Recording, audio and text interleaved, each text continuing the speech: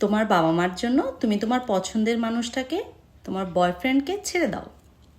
তোমার ভাই আছে, প্রপার্টি ছেড়ে দাও। পাড়া প্রতিবেশীদের জন্য বাইরে যেতে পারছো না, ছেড়ে দাও। সারাদিন পরে তোমার বর বাড়ি ফিরেছে, নিজের বেডরুমটাকে ছেড়ে দাও। সন্তানের জন্য চাকরি বাকরি ফিউচার যা আছে সব ছেড়ে দাও ভাই। তুমি এগুলা করে কি করবে? তুমি যে মেয়ে, তুমি এগুলা করে কিচ্ছু করতে পারবে না।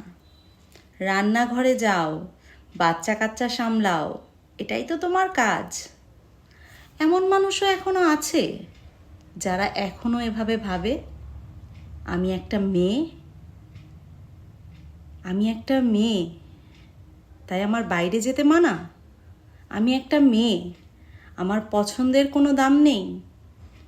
সবার জন্য সব কিছু স্যাক্রিফাইস করতে হবে একটা মেয়েকে।